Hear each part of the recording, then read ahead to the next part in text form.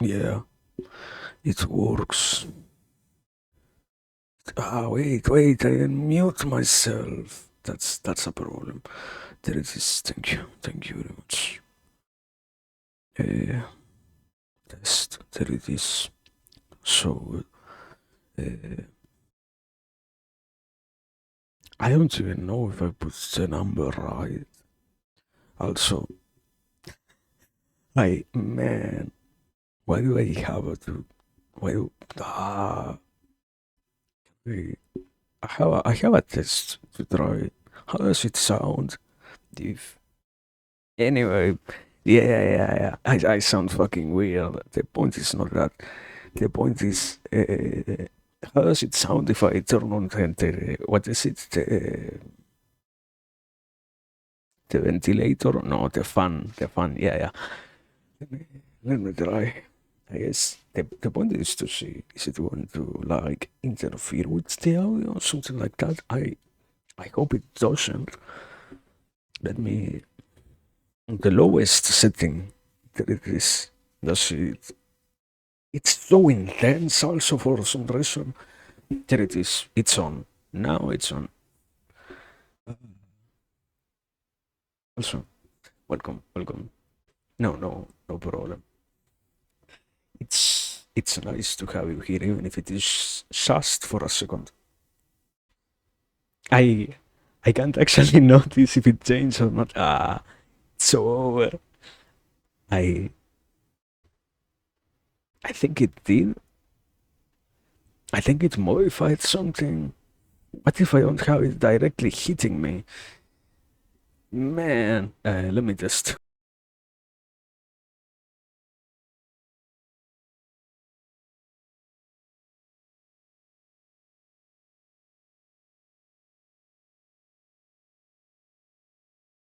What's up? There it is. I changed it. Anyway, the point is tonight we have to read a book. I should probably like try to wait a second until I sound more normal. Can I mute myself? I hate hearing myself. Thank you. So, what's up? Yeah. We are waiting for my voice to become normal. Uh, that thing of not speaking for like way too much time that makes you, I don't know. I guess that's like a normal thing, but I don't like it anyways. To sound incredibly weird because of that. The point is, we have a book to read, so I have, I think I have everything here. Besides, and also, yeah, is this? Oh yes, it's running perfectly. We are so back. I also I should probably try to get comfortable, something along those lines. I don't know. This is an introduction, so I can at the very least here and say, at the other day I had a fall, a fall. What? How do you say it? An accident, and that's where I twisted my ankle. It was so funny. Uh, and yeah, I need to sit properly. Anyway, give me a second.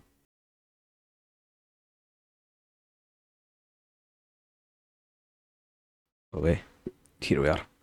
We are so back. So, do we have anything else to do? I think I don't. Probably later on we will try to like take a break or something to get some water. That would be a good idea. Uh, anyway, let me actually start. I guess it's it's not going to get much better anyway. Uh, but well, there we are. Good evening. Now for real. There we go. There we go. Mahabharata. I love this book. Do you know this book was written like I don't know. Did we ever read when this book was written? I have no idea actually. In the past, at some point in the past, it was written. Thank you. But yeah, Mahabharata. What is it about? An epic story? I don't know. Is it interesting? I think not interesting. I think it is necessary to actually try to have some context. I have been paying attention to classes that I have been watching from different sources and such, and it's truly remarkable how much or how little sometimes we actually have or we receive enough context to understand what is being talked about. I don't try to say it as, oh, well, yeah, it's always a failure. Nobody ever gives context anywhere. But it is a possibility to do that. And also, here we actually have like the freedom to, I guess, explain ourselves, expand ourselves as much as we want on different topics. It's kind of sad that we actually don't, you know? In this case, the possibility to offer that minimal degree of context is nice, and I would say necessary, something along those lines. So yeah, uh, after having rationalized me explaining what we are reading, sorry, um, let me actually do it. We are continuing the Mahabharata. I don't even remember where we are. I didn't. This time I did forget out checking beforehand. So I remember that, as always, there is conflict. There was like a fight or something like that. I remember. Ah, yeah, okay, yeah. The context right now is the Pandavas, the good guys, are still finishing their con. What's the proper term? It's like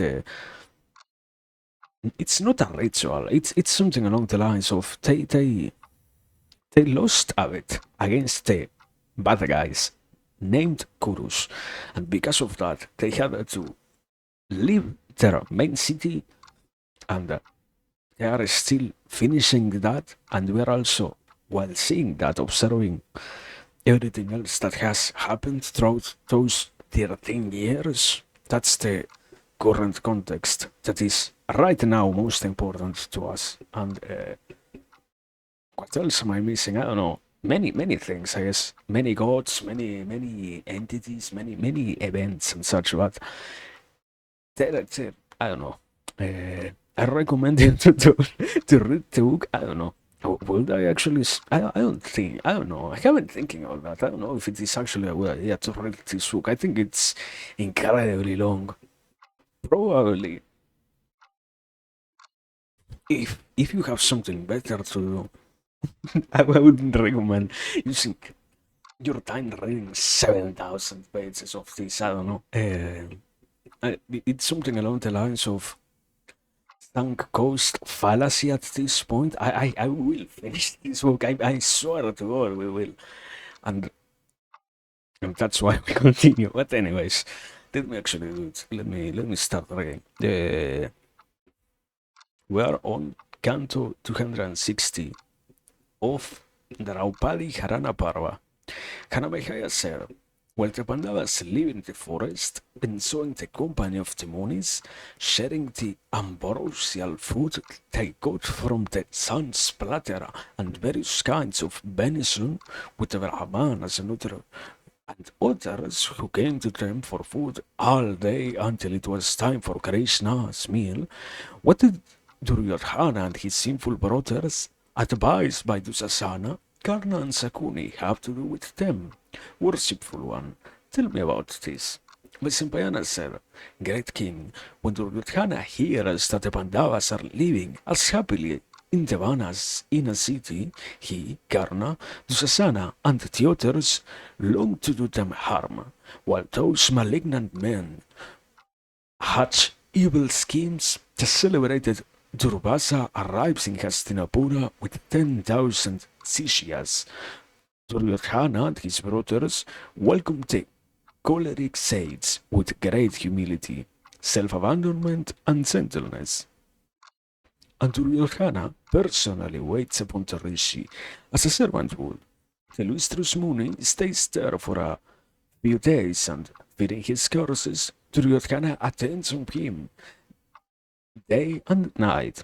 At times, Darvasa says, I am hungry, O king, give me food at once.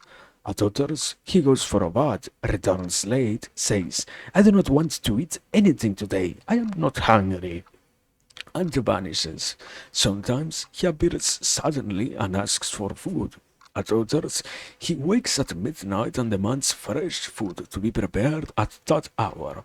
Then he complains about it and does not touch it. In this way, he tries the brains, and finding that Duryodhana does not get angry or annoyed, he turns kindly towards him. Then Bharata, the intractable Durvasa, says to Duryodhana, I have the power to grant you boons. Ask me for whatever is closest to your heart. May you be blessed. I am pleased with you, and I will give you anything I can, as long as I don't break Dharma. Hearing the great ascetic, Suddhana's spirit fills with new vigor. Karna to Susanna and he have already decided what boon he should ask for, if the moon is sufficiently pleased to grant him one. The evil prince says to Durvasa, Yudhishthira is the eldest and the best of our clan. That Dharmatma now lives in the forest with his brothers. You must go there with your disciples as a guest, as you came here to us. The favor I ask is that you arrive when their lovely wife, the famed Panchali, lies down to rest after having served the Brahmanas and her husbands, and after she has eaten her own meal. The Rishi replies, I will do as you wish, and goes away in much the same way as he came. Suyodhanas thinks that he has achieved what he wanted, and happily he clasps Karna's hand. Karna, too, is pleased and says to the king, who is with his brothers, by singular good fortune, you have got all that you wanted. It is fortunate, too, that your enemies, struggling to stay afloat on a sea of danger, have to face the fire of Durvasa's anger. They have fallen into a dark abyss. Rahan, Duryodhana, and others return to their respective homes, full of vile delight. Wow, that's Canto 260. So, reflection. Does this contain any actual reflection in itself? I don't know. People who does bad contains bad in their heart or something along those lines. Is what's what's the actual point? Good question. It's something. I guess it has to be something along the lines of. Let me say it like this. Okay, the context is unavoidably what the gurus, as in once again the bad people were doing, while the Pandavas, the good people, had to go through their penance and such. Okay, the point is to see that, yeah, bad people, no matter what is happening in the life of those who try to do their best, will always be aiming to perform some kind of evil thing, some kind of pernicious event that will harm those who they have decided to hate, so to speak, something along those lines. But at the same time, I don't think it contains any particular idea that is all that complicated.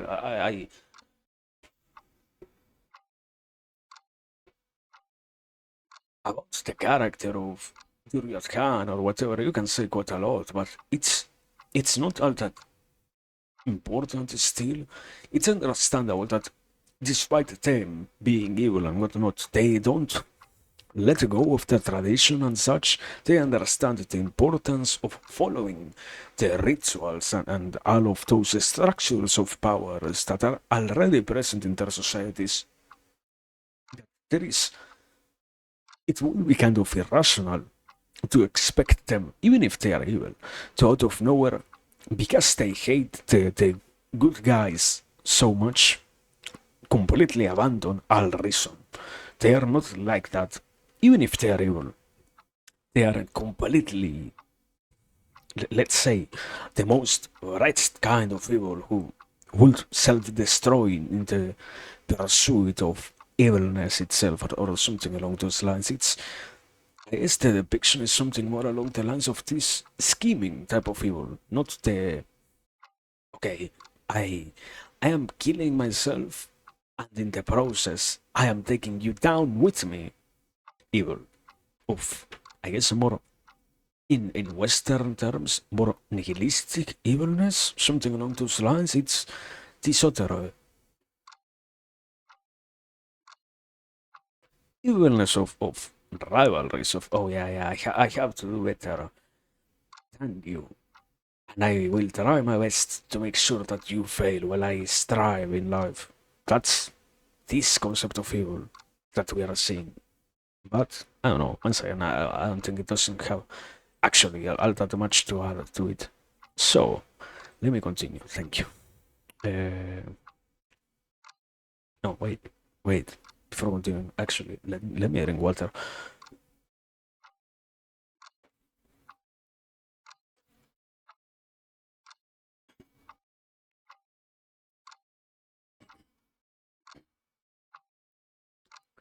Anyway, Canto 261.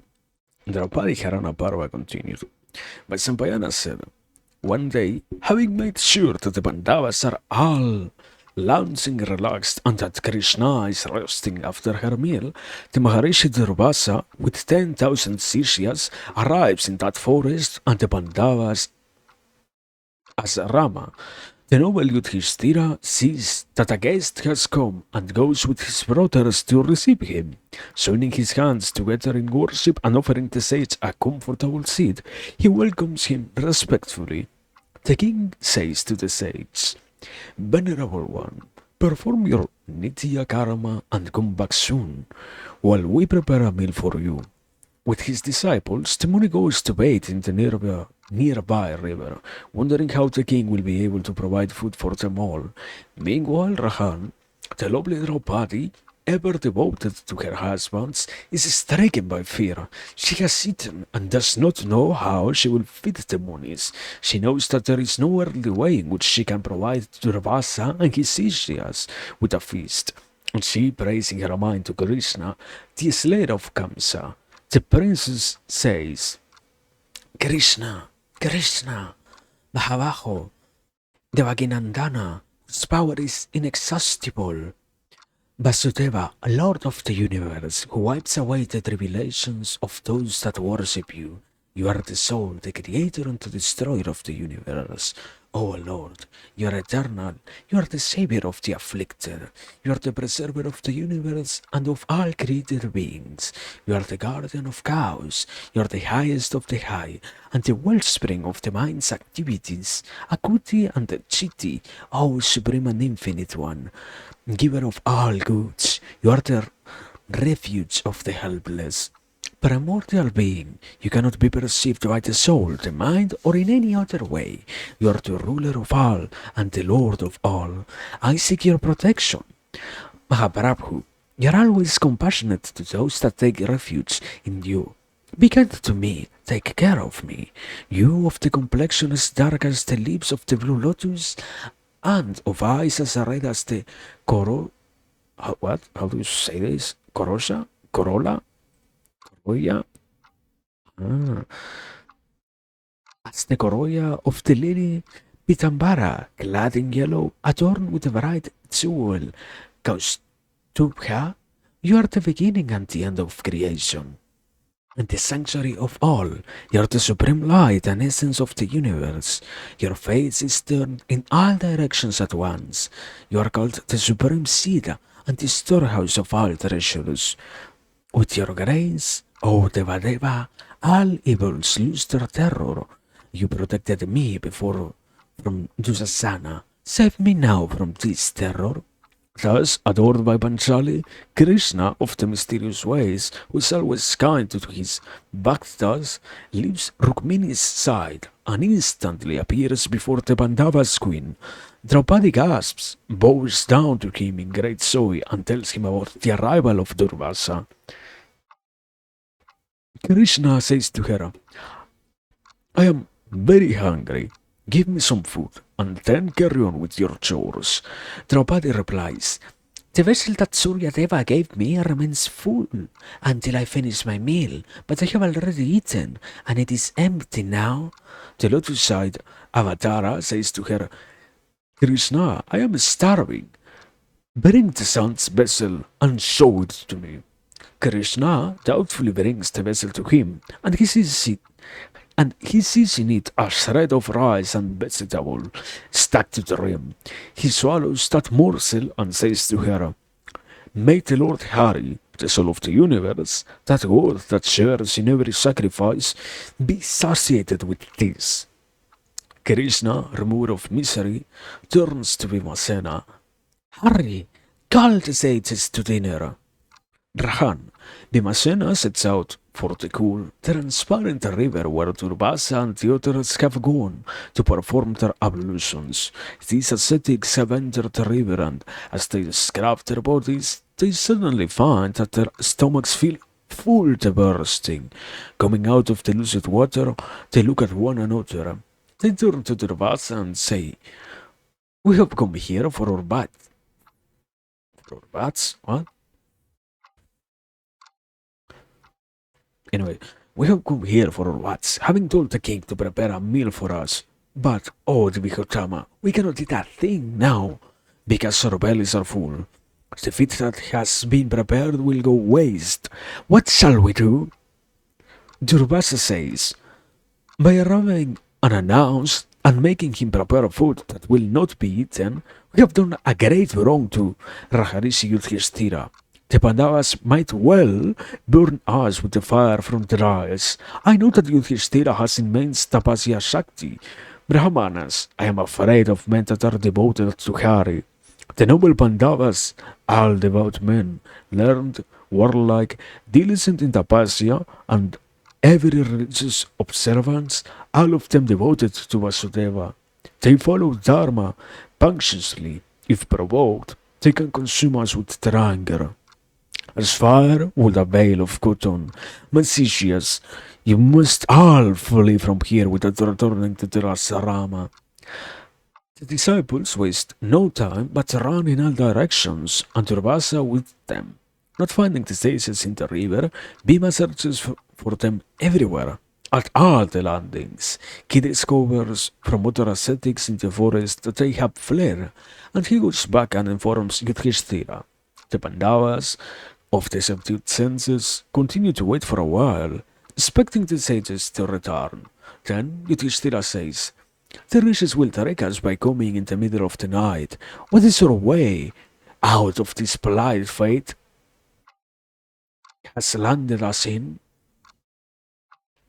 While they are absorbed in such dismal thoughts and sighing frequently with long, deep breaths, Krishna suddenly appears before them and says with a smile, "Sons of Parita, Draupadi knew of the dangers you were in from the possible wrath of the Rishi and called me in her mind.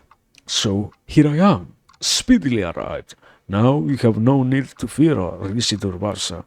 Afraid of your ascetic powers, he made himself scarce some time ago.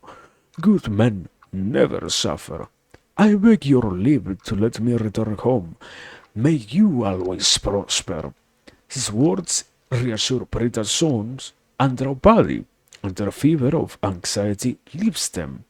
They say to him, "Just as people who are drowning in the ocean reach the safety of the shore in a ship, we have, Lord Govinda, escaped from our danger through you. Go in peace, and may prosperity be yours." Krishna goes back to Dwaraka, and the Pandavas, wandering from forest to forest, pass their days happily with Draupadi. Rahan, this is the story you asked me to tell you, and this is how the evil plot of the Dharatirashtra's son fails. Okay, that's come to what? What is this? Yeah, 261. Yeah, I I I realized literally as I started this one, I did miss one, I guess, incredibly important thing, but at the same time, I repeat that every single time I see it.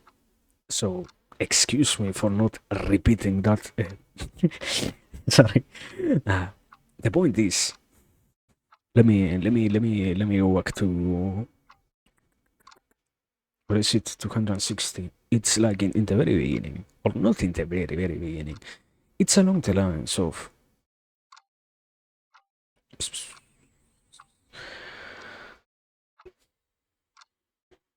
Let me, let me skim the text. It's something that says how the Pandavas there.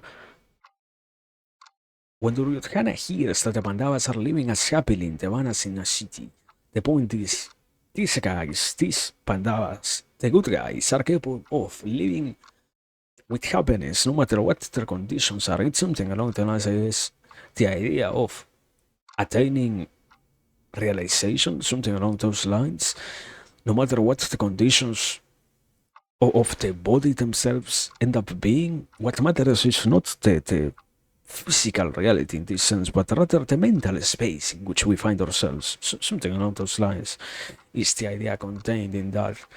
And that's also, I wouldn't say it's something important, but at the same time, I that's what I was trying to say. It's observed in most of the mentions of how the Pandavas were experiencing all of that. And I unavoidably, if the Pandavas were not capable of keeping themselves, so to speak, afloat with good mentalities, unavoidably they will not be going through all of these experiences so effortlessly, so to speak. But at the same time, yeah, it's sort of implicit that to be a good warrior, you have to be mentally strong. It's it's the message of, yeah, you have to not be so attached to the physical conditions in which you find yourself, so that you can still try to be happy or to be realized, or to not be affected, I guess, by the dire conditions in which you might be living, because in the end, the way in which you face reality itself, and in which you're capable of traversing the different difficulties that life throws at you, is first and foremost reliant on your mental status, on your capacity to deal with life, something along those lines. And yeah, that was the point that I did miss. But once again, it's sort of implicit throughout the whole text. I don't know if we really need to look at, or point our fingers at that in amusement every single occasion. It's like, oh yeah, yeah, I don't know.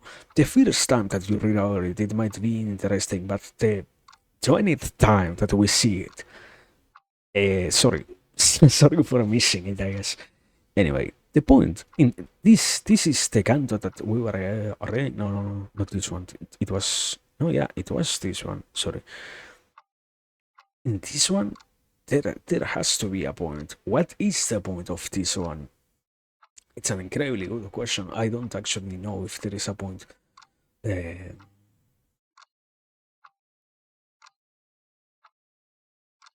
Mostly because it also is sort of confusing to take into consideration that God itself was the one who interfered with this this struggle of terrors, this one situation that they were facing, so to speak. It's hard to say if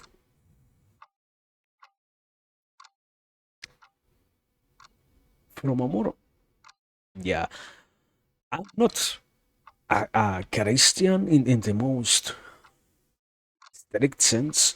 I do get that religion a little bit more unavoidably because Western society and whatnot, but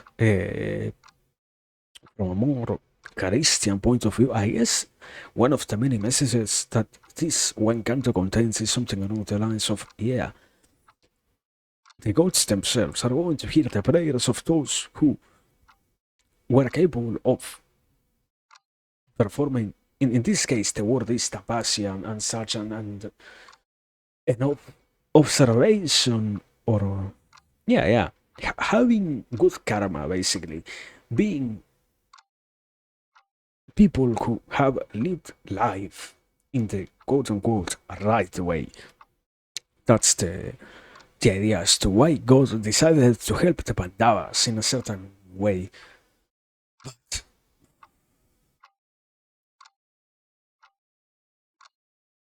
that's unavoidably as that's where I'm trying to go with this. The issue is that's too much of a Western view. That's not the way in which deities work there. It's a little bit more complicated than that. It's something along the lines of all the different deities that appear in the Hinduistic tradition, in the Zoroastrian religion and such, are not so much like the. Is it? Yeah, in the, I guess, biblical sense of the word, they have different alignments and such. I would assume that is something along the lines of also when hardships themselves find it's also redundant, but I I don't know how to express it in a different way. When hardships themselves present themselves, yeah, in such ways that there is no other alternative, the gods might be capable of aiding only those who were good enough, so to speak. That's a different reading that we get out of this as to why the Pandavas themselves are the ones who get the favor of Krishna, as in the main god and whatnot. I do think it's sort of far-fetched. I wouldn't lie. I don't think I have to. We don't have to act like, oh, yeah. It's completely true, or I don't know. I I still have quite a hard time understanding, first and foremost, the intentions of gods in this type of texts, I guess. Also, sadly, because there is there are not that many clues as to why this one did what it did. In other cases, I guess, you will have much more of an easier time understanding and reasoning by yourself why the gods acted in such ways, but in this case, all that we have is, oh yeah, the princess does some chanting, invokes the name of the god, and the god appears. Wow, that's it. So true. So yeah, I don't know. Don't. I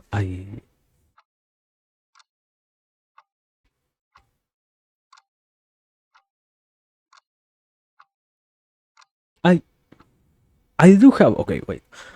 I do have one more thing to say because the issue is I don't actually remember. Uh, I have finally learned a little bit more. The issue itself is named semantic memory. I don't have that much of a semantic memory, so I don't remember exactly the term, the story in which it happened. But this, I guess, to some degree, common average story of um,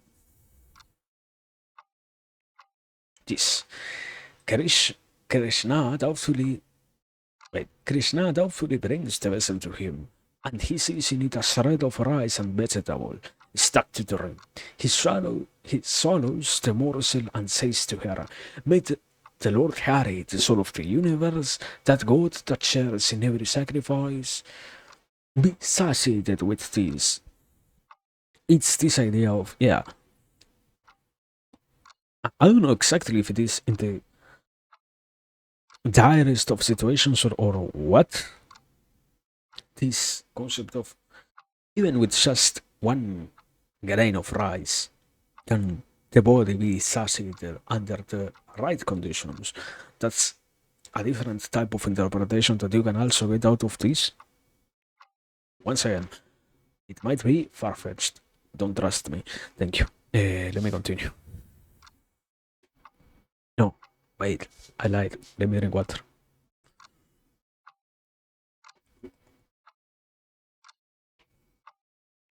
Okay, now continue. Cut to 262. Draupadi Harana Parva continue. Vaisampayana said, those great Kuru warriors wander about and hunt like devas in the Dira-rich forest of Kamyaka, gratified by the sights of deep and vast wilderness and the broad swathes of woodland resonant with flowers in bloom. The sons of Pandu, it's like an Indra, and each the terror of his enemies, remain in that banner for some time. One day, when they go out in search of game, they leave Draupadi alone in this Rama, with the permission of Maharishi Trinavindu, resplendent with Tapasya Shakti, and of their spiritual mentor Jaunya. At this very time, the king of Sindhu, the son of Brit, wow, let me try again. At this very time, the king of Sindhu, the son of Brit, Kshatra, something like that, is on his way to the kingdom of Salva to be married. He wears his best princely attire and is accompanied by many princes. He stops in the Cambiacabana and in that secluded hermitage comes upon the beautiful Draupadi, standing at the threshold of the Pandavas' Rama. She is splendid in her beauty and seems to light up the woodland with a luster, as lightning illuminates dark clouds. Those who see her ask themselves, is this an Apsara, or a daughter of the Devas, or some other divine spirit? And gaze at her perfect and faultless beauty, their hands joined in stunned reverence. Hayadratha, the king of Sindhu, is struck through by her beauty, and the last ignites, ignites, I guess, in his mind. Inflamed with desire, he says to the Prince Kotika, whose is this perfect woman? Is she human?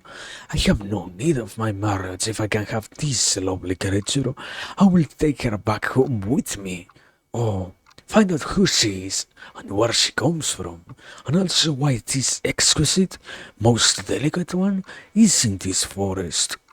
Will this ornament of womankind, this beauty with a slender waist, who has lovely teeth and big eyes, take me for her lord? I will think of my life as being complete in every way if I win the hand of this lady. Go, Kotika, and ask who her husband is. Kotika, wearing one kundala, steps down from his chariot and goes up to Ponchali, just as a jackal approaches a tigress and speaks to her. Wow. In Canto 361. So true. Uh, I don't know. What's is there that much to contemplate here? I guess I don't think so. The point is, or yeah, the actual concept is along the lines of what is going to happen after this. I don't know if it is going to even be a discussion or what. What um, Hayadrata, this guy, what's going to happen to this guy is the interesting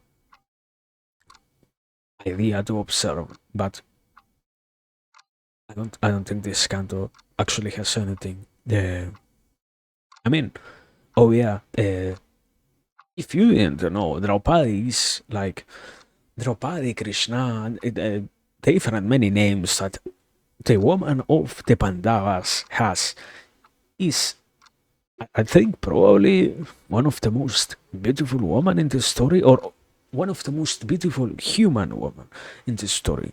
Yeah, that's the more correct sentence. Eh, But I don't think there is that much to observe from that. I guess I don't know. You, the only thing is something along the lines of, wow, yeah, sometimes unfaithful men can be swayed or persuaded even by those who don't even talk Don't even try to tempt them, so to speak, because this guy, Hayadrata, just saw uh, Draupadi, and that was enough for him to say, "Oh yeah, you know what? Let me, let me, let me try. Let me roll a d6 and see if I get a six, and I succeed in my attempt." Something along those lines, basically. I, but I don't know. That's like something that you can observe anywhere. That, oh yes, sometimes quote unquote normal people can act like that. Anyway, let's see what is actually the conclusion of this particular bit. Uh, Canto 263. Draupadi Harana Parva continued. Kotika says, Kotika, this is going to be a normal guy, thank you. Most beautiful one, who are you, standing alone in this hermitage, leaning against a kadamba tree and holding on to one of its branches and blazing like a night fire fanned by the wind? Oh, incomparable one, how is it that you are not afraid to be in this forest? Surely you're a Devi, a Yakshi, a Danavi, an Apsara, or the wife of a Daitya, a daughter of the Naga king, or a Rakshasi, the wife of Varuna or Yama or Soma or Kubera. You must have taken human form to wander in these forests, or have you come from the heavenly palace of Datari, Bidhatari, Savitri, Bibhu, or Sakara? You do not ask us who we are, nor do we know who protects you here. Respectfully, we ask you, Devi, who is your father, and tell us the names of your husband, your clan, and your family. Tell us also what you are doing here. I am King Saruta's son, and my name is Kotika. That man, with eyes as large as lotus petals, sitting on the golden chariot and looking like sacrificial fire on an altar, is the warrior Shamankara, king of the Trigarta. The man who stands behind him and gazes at you is the famous son of the king of Kulinda. He is armed with a mighty bow, has large eyes, and is adorned with flower garlands. He always lives in the mountains. The dark and handsome young man, the scourge of his enemies, standing at the edge of that tank, is the son of Subala of the Ikshabaku dynasty. And if, Devi, you have ever heard the name of Hayadrata, king of Saviras, he is here, leading 6,000 chariots, horses, elephants, and foot soldiers, and followed by 12 Savira princes as his standard bearers, whose names are Angaraka, Gungara, Guptaka,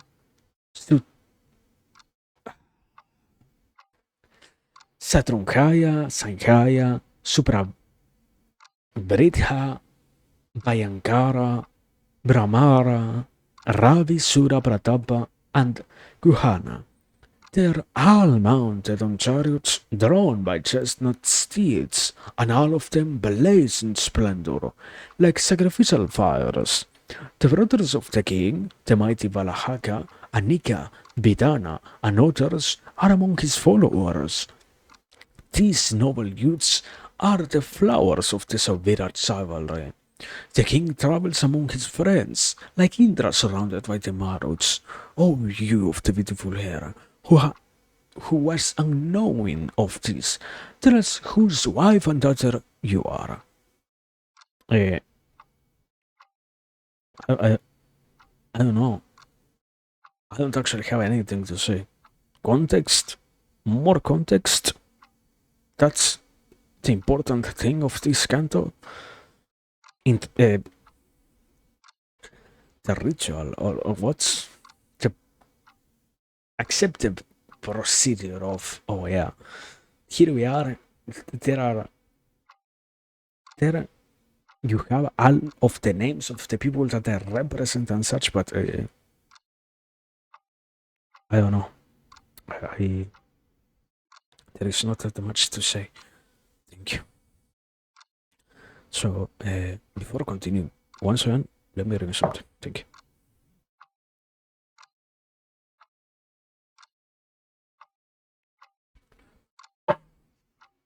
So, canto 264. Draupadi Harana Parva continue.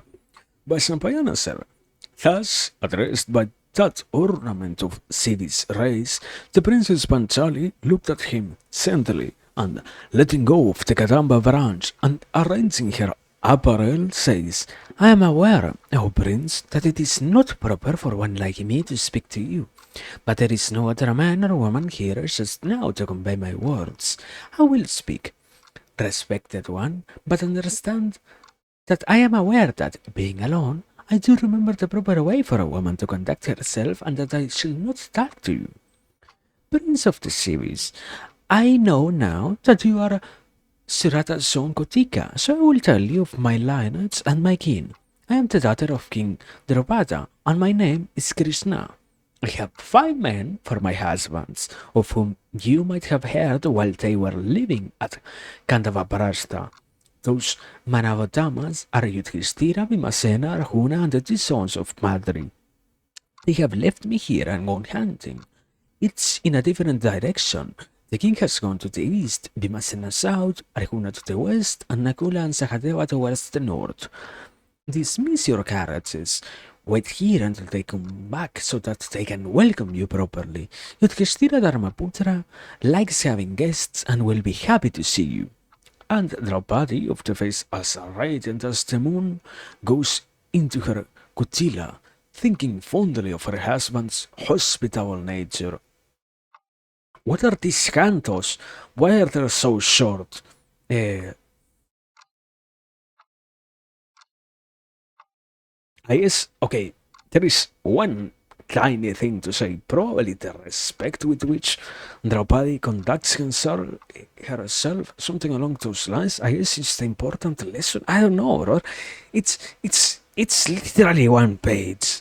I have to assume way too much. Is that normal? Is I don't know. I have to read way too deep into it to actually understand anything in terms of, oh yeah, yeah, is it normal? She didn't even address what the guy said of, oh yeah, yeah, this, it was actually stated, no, that the guy said, yeah, not me, but this guy that I am representing is interested in you, so, uh, what's up with you? And she didn't even reply directly to that, she just said who her husbands were, not much more, so I guess that is part of the idea. No idea.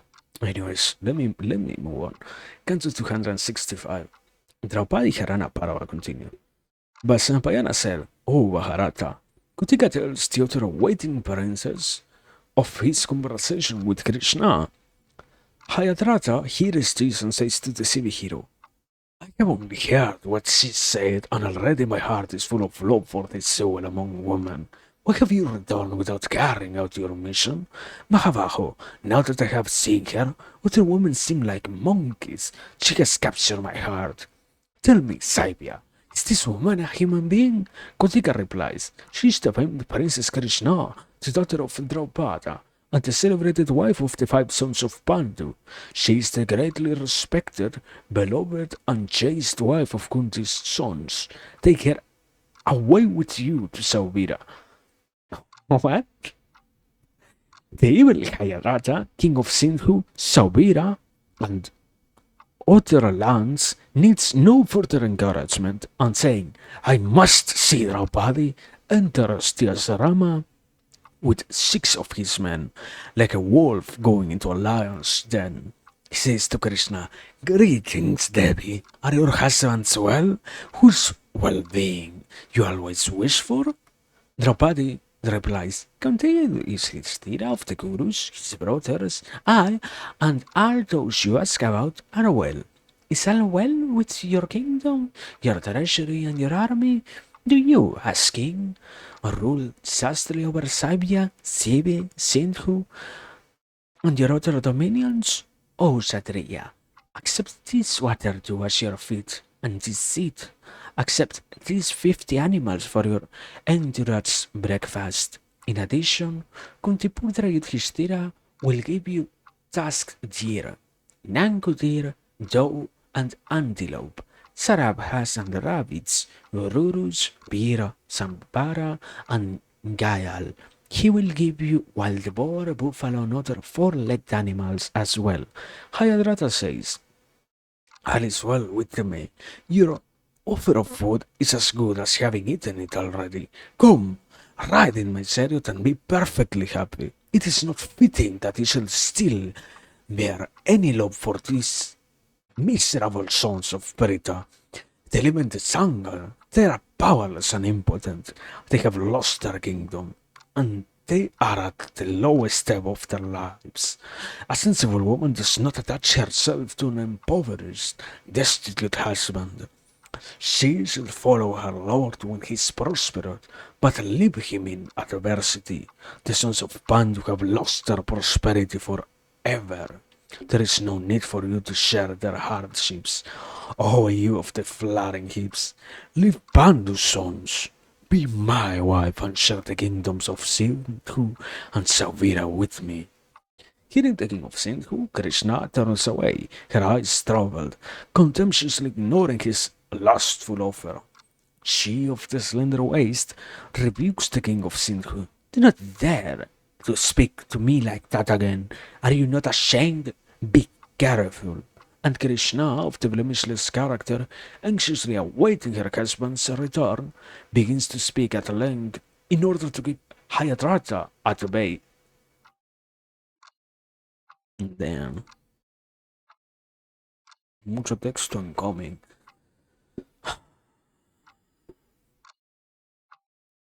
I guess, I yeah, there is one observation to make, and that is, una whether how because of this, the evil Hayadrata automatically everything else that this guy says can be discarded in a way. I think I haven't actually thought about that before, but yeah, anything that gets called evil instantly falls under that category of okay, what you hear from this person might not be at all true, might not be at all a correct statement and a proper idea to contemplate in any way. So it might even be the correct move to actually discard anything that you see from these people. In a way, I think that is sort of the concept here. What? Yeah, I think that's what you can get the most out of that. Unavoidably, after that, then the concept is oh yeah,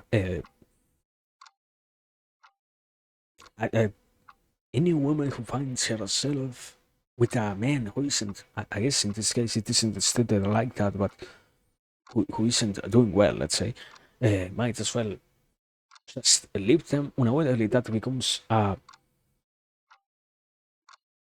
is it?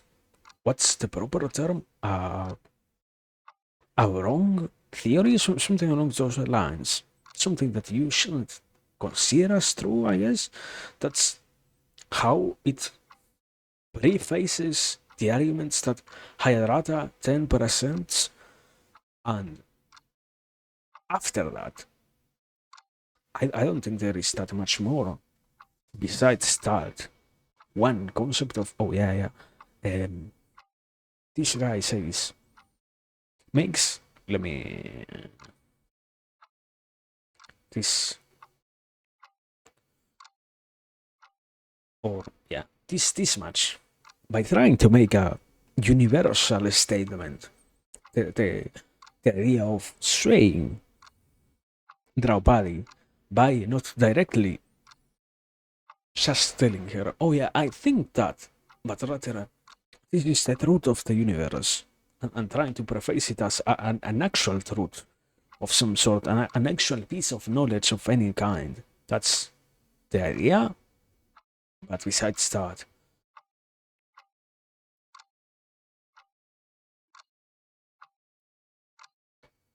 very good question. I don't think there is that much more, I guess.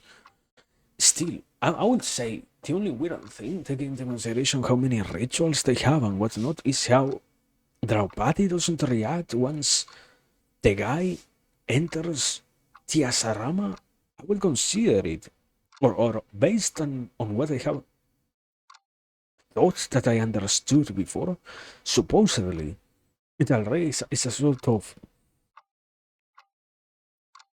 violation on the rules, so to speak, to be that direct or that.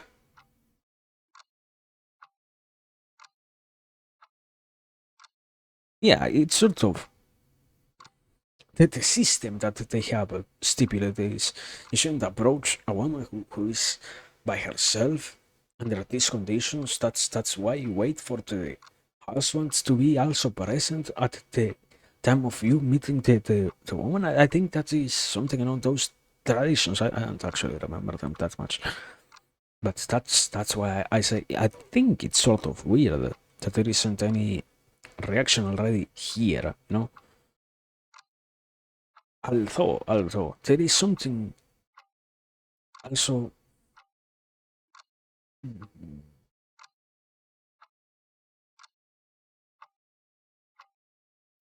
yeah, there is something interesting. Why I don't actually have a capacity to understand why Draupadi asks for all of these things out of nowhere. It does feel a little bit weird when Draupadi says, "Oh yeah, are, is all well with your kingdom, your treasury, and your army?" What? Why bring that up? Was it an already created tactic to distract the guy? Something along those lines? I don't know. The point is, yeah, uh, it's an interesting canto, yes. Anyway, continuing. Canto 266. Draupadi Harana Parva continued. But Sampayana continued. Draupadi's lovely face is flushed in anger. Her eyes are inflamed, and her brows contract in fury as she speaks to the Lord of Sauveda. She says, "Are you not ashamed, fool, to speak so insultingly of those Kshatriyas, each of whom is like Indra himself, who are all true to their dharma, and who never waver in battle even if it be against hosts of Yakshas and Rakshasas?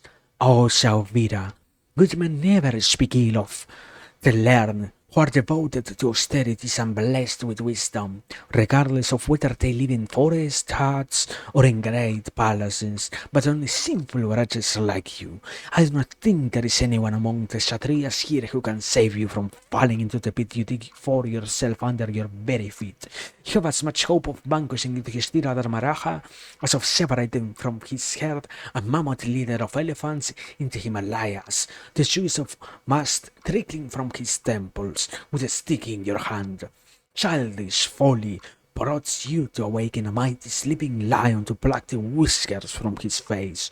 You will run when you see Vimasena in a rage, courting a fight with the fierce Sisnu will be like kicking a powerful, ferocious lion asleep in a mountain cave and waking him.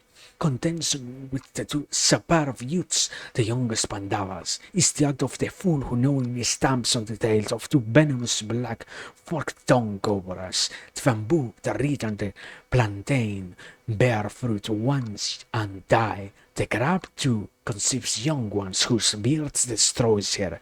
So do you dare try to lay your hands on me, whom these great Kshatriyas protect? Hayadrata says, I know all this, Krishna, and I am aware of the prowess of those princes, but you cannot frighten me with your threats. We too are born into the 17 noble clans, and are endowed with the 6 royal qualities. In fact, we look down on the Pandavas as our inferiors. So, Draupadi, do not waste our time, but ride this elephant or this chariot. Mere words cannot stop us from taking you. Talk less boastfully and throw yourself at the mercy of the king of the Sauviras. Draupadi says, why does the king of the Sauviras not take my power seriously? too will not demean myself before you, out of fear. Even Indra himself cannot let that here, who is protected by Krishna and Arjuna, who will follow her together in the same chariot. What more can I say of a mere man's chances? When Arjuna Kiritika leaves your legions in his chariot, he will strike terror into every heart and consume everything around him like fire, burning a stack of dry grass in summer. The warlike Ankhaka and the Brisni princes, with Hanardan at their head and the mighty Gagaya bowmen, will follow me tirelessly. Then Anhaya's fearsome arrows, shot from the Gandiva and propelled by his powerful arms, will fly at you, roaring like thunder. When you face Arjuna shooting dense locust forms of arrows from his Gandiva, you will repent this folly of yours. Imagine how you will feel when, armed with the Gandiva and blowing his conch, his gloved hands making his bowstring thrum, he pierces your breast again and again with his arrows. When Bhima rushes at you with his mace, and the two sons of Madri range in all directions, spewing the venom of their wrath, you will feel pangs of untold regret for daring to accost me like this. I vow by my faithfulness to my husband that I will have the pleasure of seeing Prita's son crush you in battle and drag you along the ground. Cruel as you are, you cannot frighten me by forcefully seizing me, because those Kuru warriors will bring me back to the Gamyakaban as soon as they see me. Then the Devi of the Lord's eyes, realizing that they are about to seize her, cries, "Do not sully me with your touch!" In panic, she calls out to Damya. Darting forward, Hayadratha seizes her upper garment, but she pushes him away violently, so that Sinner falls to the ground like a tree severed from its roots. But he takes hold of her once again, while she pants in fear, even as she clings to Damya's feet. Hayadratha drags Krishna onto his chariot. Damya says, Damya? Sorry, Damya is the ritual guy, the head guy who tells the elder, that's the proper name, the elder.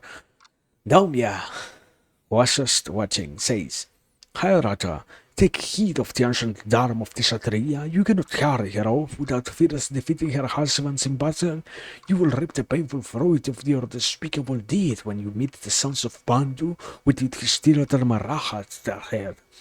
Damya says this and, entering into the massed ranks of Hayadrata's foot soldiers, follows the princess as she is borne away by her abductor.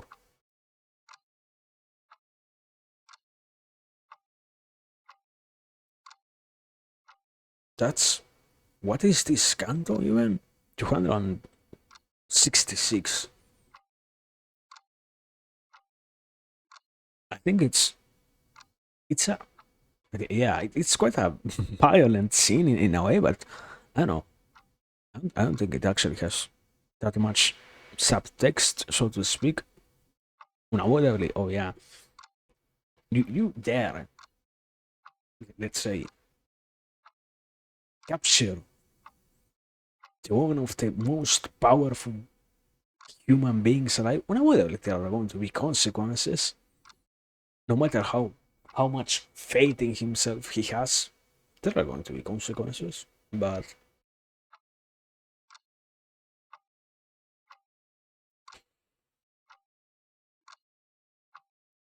yes, yeah, yeah. The point is this: Daumia says, and what happens after that of entering into the massed ranks of Gayadrata's full soldiers, follows the princess as she is borne away by her abductor. This guy, Hayadrata, was indeed breaking the unspoken rules of the tradition that they have and such. That's what I was mentioning, I don't know, 2, 3 cantos ago. Basically, when Hayarata entered the Asarama out of nowhere, besides that, I don't think there is that much more to add. I don't know. No, yeah, I don't consider that much more to actually be contained here. I guess, let me see. No, yeah, everything else is just a narration of the consequences that there will be after Hayarata indeed captures Draupadi and whatnot, but nothing, nothing of substance, so to speak. It's more of a trying to convince the guy to not actually sort of kill himself by doing something that will result in consequences that will make him suffer far more than what he can actually stand. But it's not that deep, man. So yeah, let me continue. Let me one second drink something.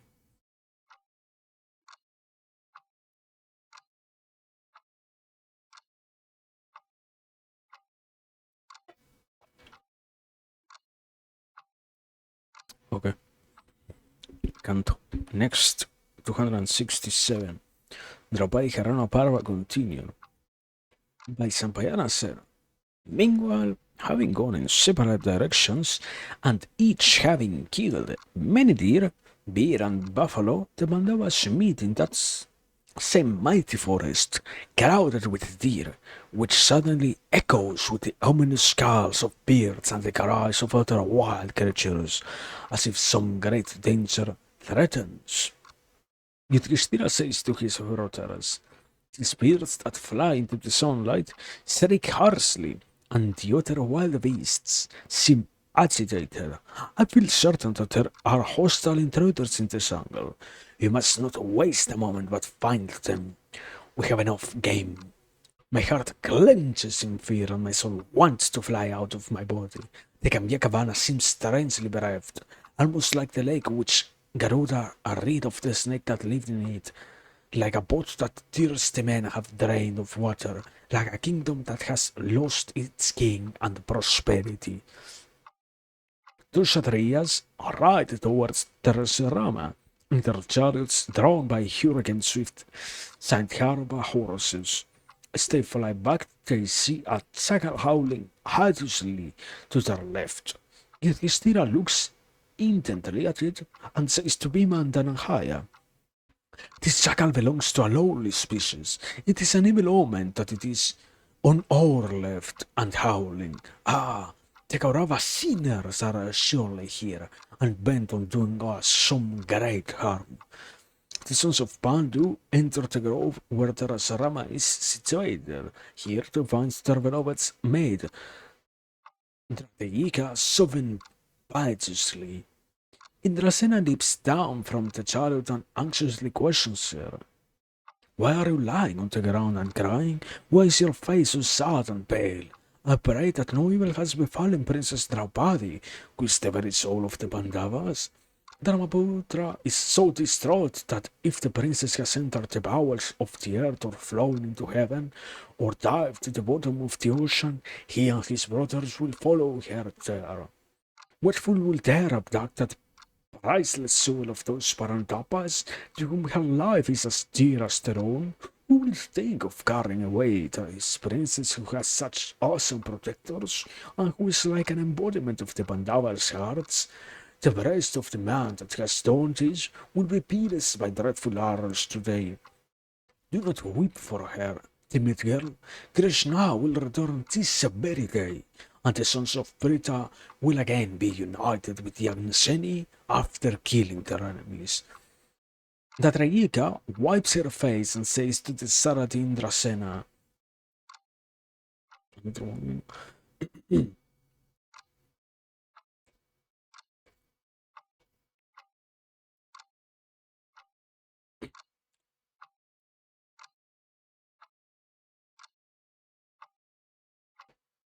with no regard for the five Indra-like sons of Pandu, Hadrata has carried Krishna away. The traces of his tracks have not yet been covered over, because the three branches he broke on his wild way have not yet dried. Turn your chariots around and follow her. The princess cannot have gone far. O Kshatriyas, mighty as Indra, arm yourselves with your glorious bows. Take up your quivers and hurry after her. Before, overpowered by threats or violence and losing heart and courage, she gives herself up to an undeserving sinner as waste to the sanctified libations poured onto a pile of ashes. Oh, see that the geese not poured into paddy husks that will not hatch. See that the Vanamala is not cast away in a cemetery. Oh, take care that the Sumarasa of Ayahna is not licked up by a dog through the carelessness of the officiating priests. Then not the lily be recklessly torn up by a jackal searching for its prey in the thick forest. Oh, let no man, like a dog licking the ghee in the sacrificial pot, touch with his lips the perfect face of your wife, with as lovely as moonbeams.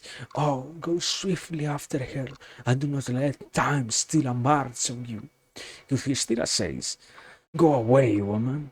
Control your tongue. Do not speak thus before us. King or prince, whoever he is, drunk with power, will come to grief." And they go forth, following the trail pointed out to them, frequently giving vent to deep sighs that sound like the hissing of snakes, and twanging the strings of their great bows in time. Stop. In time, they see a cloud of dust that the horses of Hayadrata's army raised, and they see Daumya in the midst of the abductor's foot soldiers, crying out to Bhima to ride more swiftly. The exhilarated Pandavas tell Daumya to take heart and return to the Asarama. They charge the enemy in fury, like hawks swooping down on their prey, and they, who are like Indra himself, are filled with rage at the insult to Draupadi, at the sight of Hayadrata sitting smugly in his chariot with their beloved queen fans the flames of their fury. And those mighty bowmen, Bhima and Ankhaya, the twins and the king, roar at Hayadrata to stop. The enemy legions are panic-stricken. Basically, what is coming? I, I know I don't think there is that much more conflict, my beloved. Canto 268, Draupadi Harana Parva continued. By Sampayana said, enraged at the sight of Bhimasena and Arjuna, the enemy Kshatriyas roar aloud in the forest. Devil Hayadrata sees the flags of those bulls of the Kurus and says to Yagnaseni, Krishna, I believe these 5 great warriors that come towards us are your husbands. You know the sons of Pandu well, so, oh, you of the lovely dresses, describe them one by one and point out which one rides each chariot. Draupadi replies, having done me such violence that is sure to shorten your life, of what use it is to you now to know who is who? Foolish man, my husbands have come, and none of you will be left alive. But since you are about to die, I will tell you about them. As Yudhishthira Dharmaraja and his younger brothers, and I am not afraid any longer.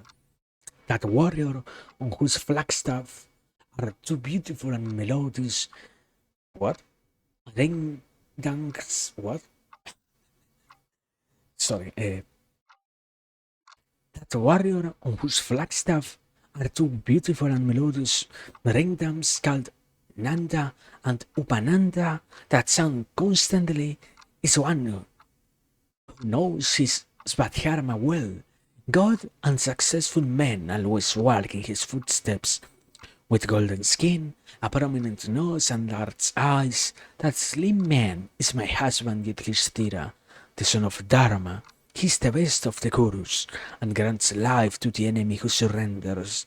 So, foolish one, throw down your weapons, fold your hands to him, and surrender yourself into his protection.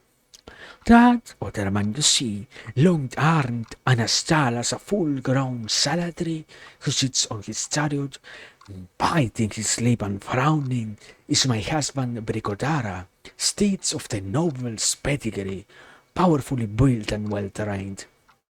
Draw his chariot. His feats are superhuman, and he is known as Bhima. Anyone who offends him does not live. He never forgets an enemy, and on some pretext he will exact a bloody vengeance and remain dissatisfied even after. That greatest of bowmen you see there, of great intelligence and fame, who has his senses under complete control, worships his elder brothers, Yudhishthira, and is his disciple, is my husband Arjuna. He never forsakes Dharma, not from lust, not from fear or anger. He is never cruel. His energy is like fire, and he can withstand every enemy. That Parantapa is also Kanti's son. The youth you see, who is versed in every aspect of Dharma and Artha, who dispels the fear of the frightened, who is wise, and who is the most handsome of all men on earth, is utterly devoted to his brothers, dearer to them than their own lives. The other sons of Pandu protect him. He is my husband Nakula. This intelligent and wise man, whose twin is Sahadeva, is dexterous with his sword, and you, foolish one, will see his skills in battle. He will be among you like Indra among the Daityas. And that fifth Kshatriya, a master of the Astra Shastra, also brilliant and wise, always intent on pleasing Yudhishthira Ramaputra in all that he does, the youngest of the Pandavas and their favorite, is my husband Sahadeva. Heroic, brilliant, sagacious, and quick-tempered. There is not another man as intelligent or as eloquent as he is. He is dearer to Kunti than her own soul. He is always conscious of Kshatriya Dharma, and he will sooner jump into a fire or sacrifice his own life than say or do anything that is dishonorable or sinful. When the sons of Pandu have killed your warriors in battle, you will see your army in the same plight as a ship laden with a cargo of jewels wrecked at sea by a whale. You have acted rashly with a little regard for the prowess of the Pandavas. If you escape from them alive, you will indeed have been blessed. The 5 sons of Pritha, it's like Indra, all filled with rage. Sparing the panic-stricken infantry who begged them for mercy, they charged the charioteers, attacking them from all sides and darkening the air with barrages of arrows. So true.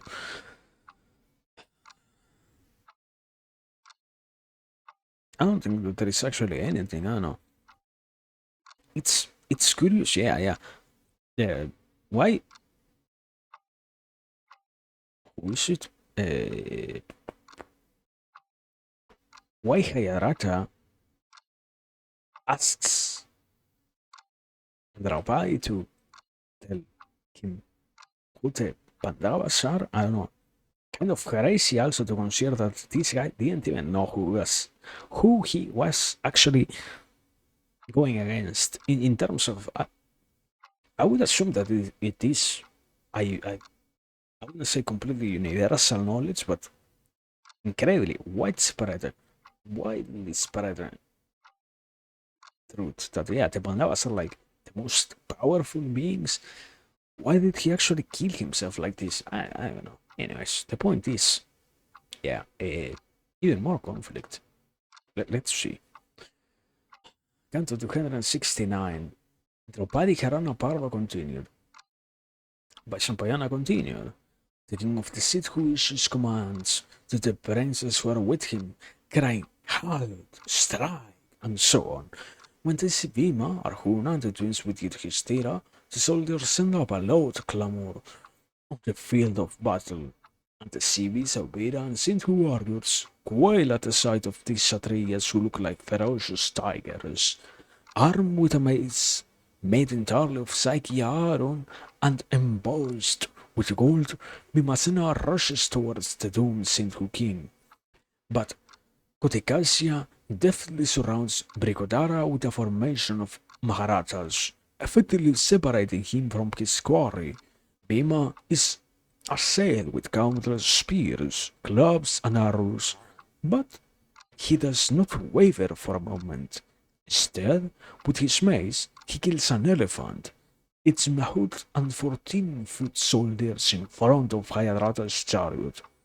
Arjuna, too, eager to capture the Savira king, slays 500 bull Maharajas from the mountains, the vanguard of the army, fighting in the front. Yudhishthira kills 100 of the best Sauvira fighters in the twinkling of an eye.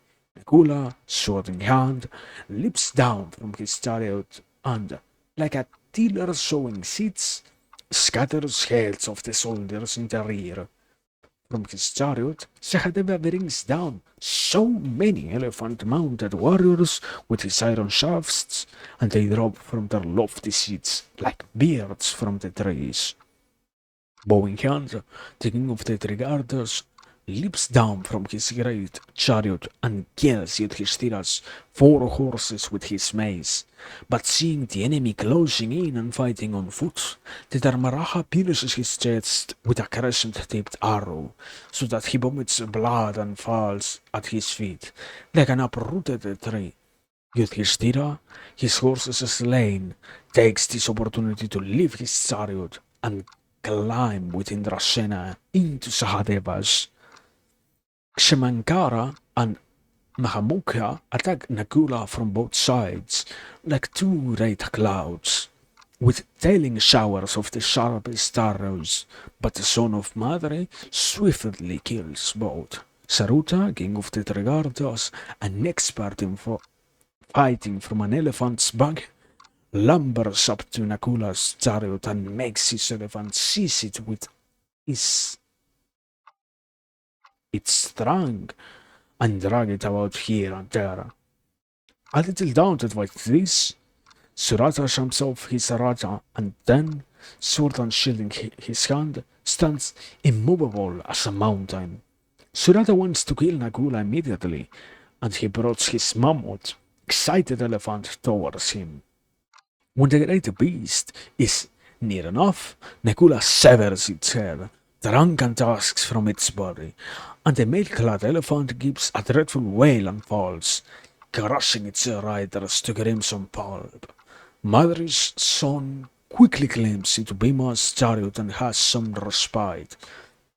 Bhima's Kotikasya rushes into the fray and cuts off his Sarati's head with a horseshoe-shaped arrow, so swiftly that the prince does not even realize his charioteer has been killed, and his driverless horses careened chaotically across the field. Seeing the driverless prince retreating, Bhima storms up to him and kills him with a feathered arrow. Then Anghaya uses razor-sharp, crescent-tipped arrows and cuts off the heads of all the 12 Sauvira heroes. Mahabharata Rahuna kills the Ikshvaku leaders and great numbers of Sivis, Trigardas, and Sandhyavas. He fells banner-bearing elephants and flag-adorned chariots. Heads and headless bodies lie on the field, covering it entirely. Dogs, herons, ravens, crows, falcons, vultures, and jackals feast on the flesh and the blood of the dead. When Hayadratha, king of the Siddhus, sees his soldiers all slain, he is terrified and eager to be rid of Krishna and flee. In the seminal bedlam, the wretched man quickly leaves Draupadi and runs for his life, following the same forest path by which he came. Yudhishthira sees Draupadi walking with Daumya before her and lifts her onto the chariot of Madri's valiant son, Sahadeva. A great slaughter follows Hayadratha's unseemly flight. As they run away, Bhima mows down all Hayadratha's men with iron shafts, calling out their names as he strikes them down, one by one. Arjuna sees that Hayadratha has fled and asks his wild brother to refrain from killing the rest of the Sandhyava army. He says, Hayadratha is to blame for all this, and he does not seem to be here anymore. It is him you must seek out, and I will pray for your success. What is the point of slaughtering his soldiers? Why are you bent on this useless bloodshed? Admonished by the wise Arjuna, Bhima turns to Yudhishthira and says, We have killed a great many enemy warriors, and the rest are run. My brother, take Draupadi, the twins and Damya with you. and comfort the princess when you return to the asrama. I will hunt down the witless Hayadrata, even if he hides in Patala or is protected by Indra himself. Yudhishthira says, Mahavaho, even if the king of Sindhu is evil, for the sake of our sister Dushala, his wife, and the pious Gandhari, you must not kill him. Draupadi becomes very agitated when she hears this, and bashfully, but in anger, says to her two husbands, Bhima and Arjuna, if you want to do what pleases me, you must kill that despicable man.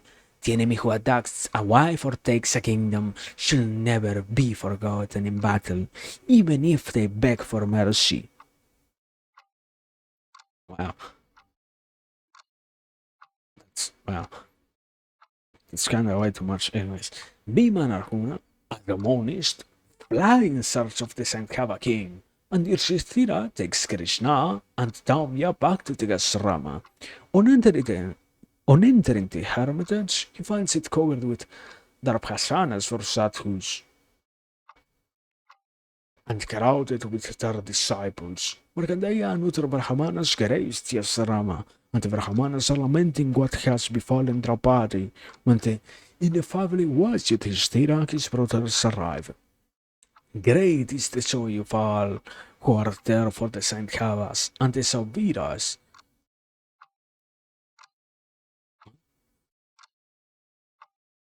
Ah, sorry. Great is the joy of all who are there, for the Sandhavas the Saviras have been vanquished and Panchali rescued. The king, my God, the king sits among the sages, while Krishna goes into the kutila with the twin brothers.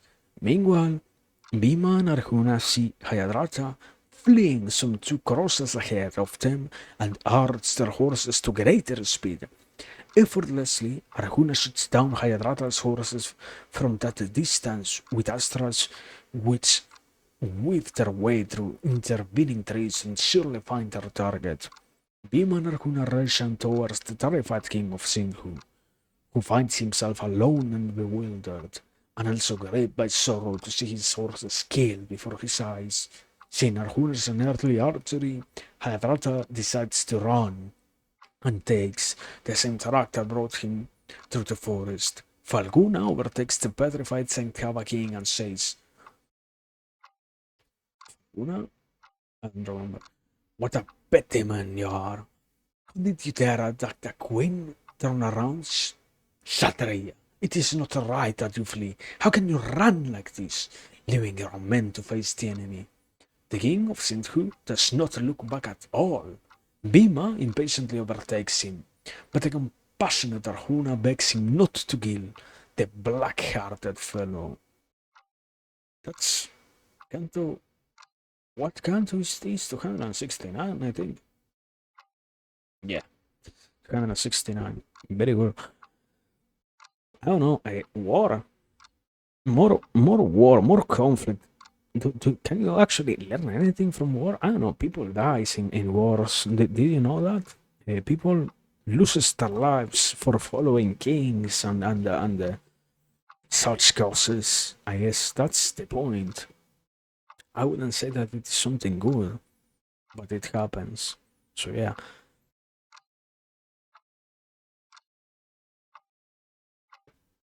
I have no more water. Thank you. It's what? We changed Canto or not Canto, Parva? What happened? What? What's up with this? What? Wait, let me. Let's keep on reading. Why did it change? Parva? Canto 270. Rata Bimokshana Parva by Sampayana said, Hadrata still runs headlong from the terrible brothers who come at him with the weapons raised and ready to strike. The furious Vimasena jumps down from his chariot and runs after him. He seizes him by his hair and, hefting him aloft, slams him down on the ground. He holds the prince's head and rains blows on him until Hayadrata faints. When the Saint Hava recovers consciousness, he groans aloud and attempts to get up, but Bhima Mahabahu kicks his head, felling him. He kneels squarely on Hayadrata's chest and rains dreadful blows in his face, and that prince faints again. Arjuna now intervenes and persuades the enraged Bhimasena to stop punishing Hayadrata anymore. He reminds his brother of what Yudhishthira has said about their sister Dusala. Bhima says, "This wretch has done great injury to the blameless Krishna. He deserves to die. Ah, but I am helpless because our brother overflows with mercy on you. From a sense of doubt, constantly stop me from coming as Kshatriyas. Just the revenge." With his crescent arrow, Brikodara shaves Hayadrata's head, leaving 5 symbolic tufts of hair. Silently, Hayadrata submits to this, and Bhima says to him, "If you want to live, listen to me, fool, and I will tell you how you can save your worthless life. Public meetings and in open saffras, you must declare for all to hear, I am the slave of the Pandavas. On this condition, I spare Lord. This is the dharma of victory in battle." Hayadrata, in a soon trembling and covered in dust, says meekly to that ferocious one, "So be it." Arjuna and Brikodara bind him with ropes and bundle him into their chariot. Bhima mounts the chariot and, with Arjuna, rides to the asrama. He comes to Yudhishthira and shoves Hayadrata down to the ground before his elder brother. The Dharmaraja smilingly tells him to set the Sindhu prince free, and Bhima says to the king, "Tell Draupadi that this dog is not a slave of the Pandavas." And his brother says affectionately, "If you have any regard for me, you will set this man free." And now Draupadi, too, urges Bhima to do so. She says, "Let him go. He has become the king's slave, and you have disfigured him by shaving his head and leaving 5 tusts of hair on him." Now at liberty, Hayadrata approaches Yudhishthira and bows low to him. He bows to all the Munis, seeing the upset Hayadrata, so weak that Arjuna has to support him. The compassionate Yudhishthira says, "I release you. You are a free man now. Go. Be careful never to commit such folly again. It is shameful that you meant to take a woman by force. No man less vile would think of such thing." Yudhishthira looks with some pity at the Sindhu king and says, "May your heart grow in Dharma, so that such a base thought never enters it again. Go in peace now with your charioteers, cavalry, and foot soldiers." O Mahabharata, when Yudhishthira says this, Hayadrata is overcome with shame, and bending his head, he silently and subtly makes his way to Gangadharam. What? The place from where the Ganga comes down to the plains. He implores Trilochana, Uma's consort, for protection and does severe penance. Shiva, the three-eyed one, is so pleased with Hayadrata's tapasya that he comes down to the earth to accept his offerings of penance and tells him to ask for a boon. Listen, Rahan, to the one that Hayadrata asked Mahadeva for. The Saint Hava says that I am able to defeat all the 5 sons of Pandu, mounted on their chariots, in battle. Lord Shiva tells him this is not possible. None can slay or conquer in battle. However, except for Arjuna, I grant that you will be able to contain them, but only once on the battlefield. Arjuna is Nara, and Vishnu's own avatar. He performed an impossibly austere tapasya in the Vadarivana, and Lord Narayana supports him, so that even the Devas cannot defeat him. I myself have given him the divine astragal Pasupata. The Lokapalas have given him the Bahara and other Devastrals. Vishnu Devadeva, Yanantantma, the infinite spirit, Suraguru Prabhu, the Lord Preceptor of all the Devas, Pradhyana Purusha, the Supreme Being without attributes, Viswatma, the soul of the universe, with Viswamurtiman is embodied in all creation. At the end of a great cycle of time, he assumed the form of the all-consuming fire and devoured the universe. With its mountains and seas, islands, hills, woods and forests. After he destroyed the subterranean Naga world as well, huge, many-hued clouds, clashing and flashing with thunder and lightning, spread over the sky and poured water in torrents as thick as chariot axles, filling space and causing the raging apocalypse. This happened at the end of 4,000 yugas, when the earth was flooded with water and had become one vast sea, the Karnava. All was hushed. Mobile creatures were dead. The sun, the moon, and the winds were all gone, and the Akhanda was without stars and planets. It was then that the Paramatman, Narayana, unperceivable by the senses, Sahasraksha, Sahasrapata, thousand-headed and thousand-limbed, wanted to rest. The serpent Sesha, awesome with his 1,000 hoods and shining with the splendor of 10,000 suns, white as the kunda flower, or the moon, or pearls, or the white lotus, or a milk, or the fibers of a lotus stalk, served as his coach. That adorable and omnipotent god slept on lap of the fathomless ocean, enveloping all space with the blackness of night. When, finally, the urge to create stirred in him, he awoke and found the universe empty. There is, in this connection, a sloka that describes and explains the word Narayana. Nara created water, and it formed his body. Therefore, it is called Nara. It was his ayana, or resting place, and therefore he is known as Narayana. As soon as that eternal being began to meditate in order to create the universe again, a lotus sprang spontaneously from his navel, and the four-faced Brahma emerged from that lotus.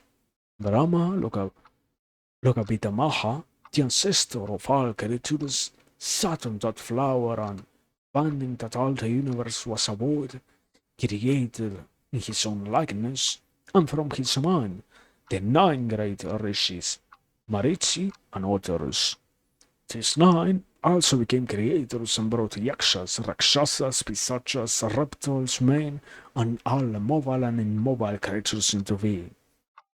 Brahman, the Supreme Spirit, exists in three states. In the form of Brahma, he is the creator.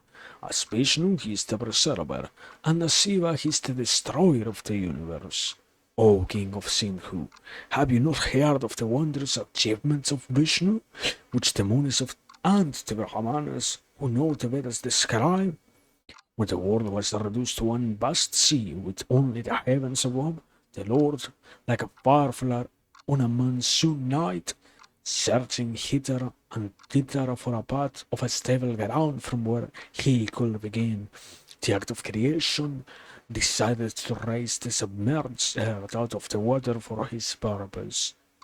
He wondered what shape he should take to rescue Bhumi Devi from the flood, and after some contemplation, he chose the form of a wild boar, sporting in the water. He assumed the shape of a sacrificial boar, radiant and aglow with intuitive knowledge of the Vedas. The Varaha was 10 yohanas long. It had sharp tusks and was clothed dark. Its body was as massive as a mountain, and, roaring like tumultuous rain clouds clashing, it dove deep and lifted up the earth with one of its tusks and set Bhumi back in her proper place.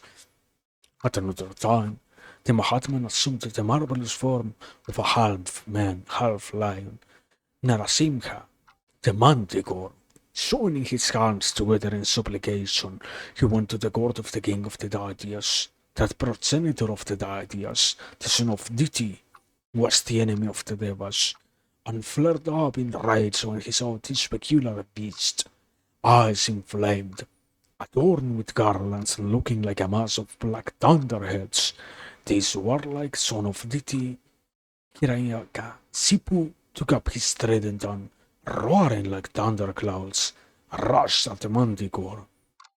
The Narasimha leapt into the air and tore the deity apart with his claws.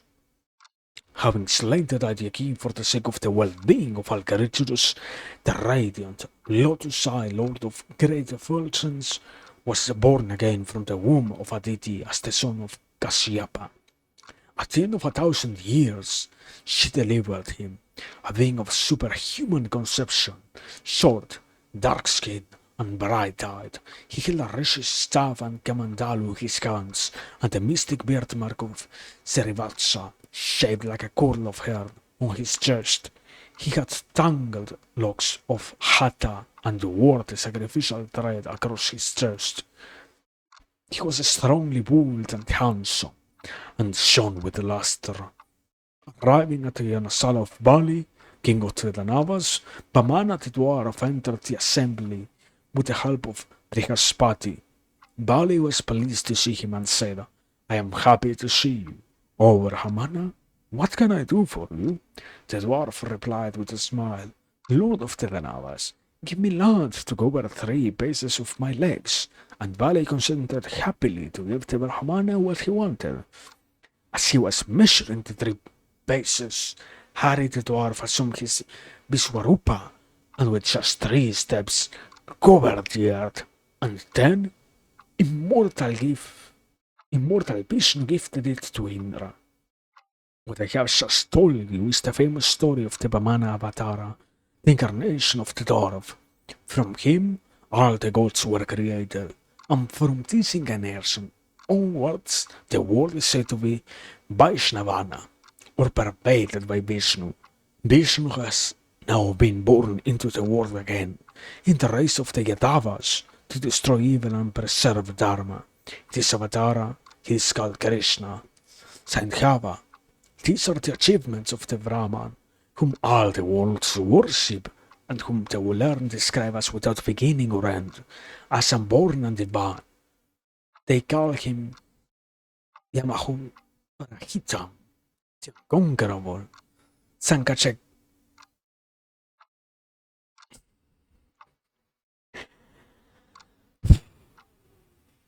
Let me try again.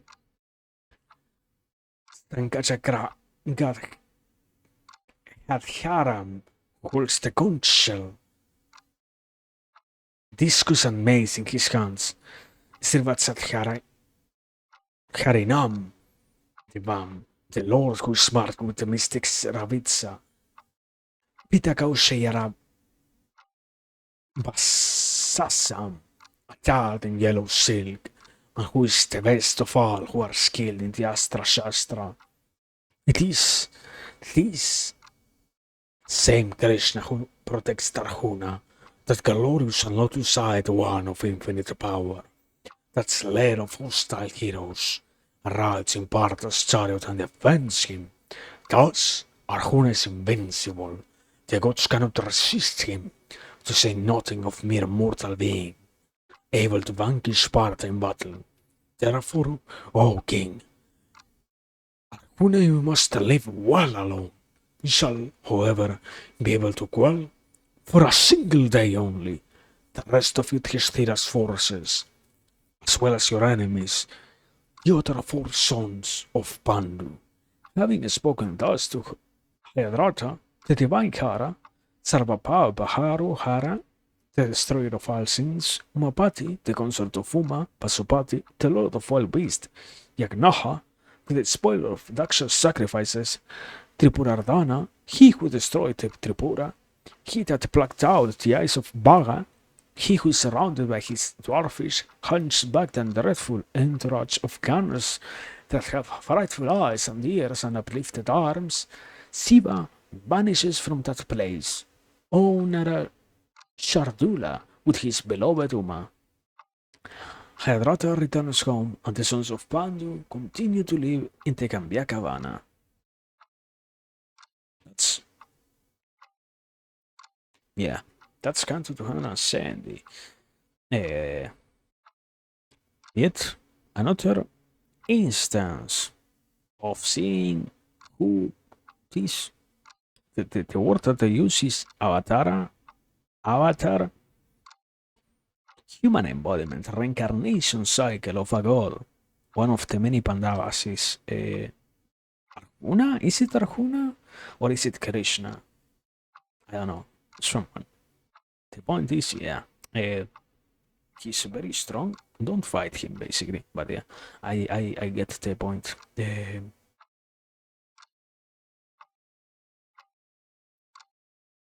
don't know.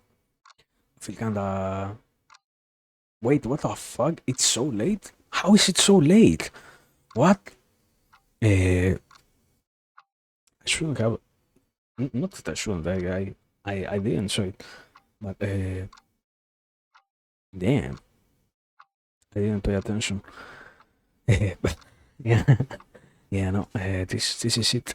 I actually shouldn't be this much sitting. So, yeah. This is like a good time to end it, I guess. So, I don't know. Thank you for being here. I hope it was good. I don't know. Sadly, I can't agree. I don't think that it actually had that many lessons. This one in particular, it was good, yeah, but at the same time, it could have had some more sauce, content, text, subtext, information to extract, something.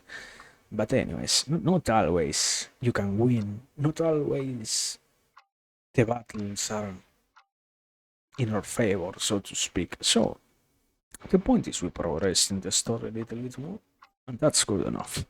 Thank you. So yeah, as always, thanks for being here. Thanks for the patience, the interest, the dedication, all of that.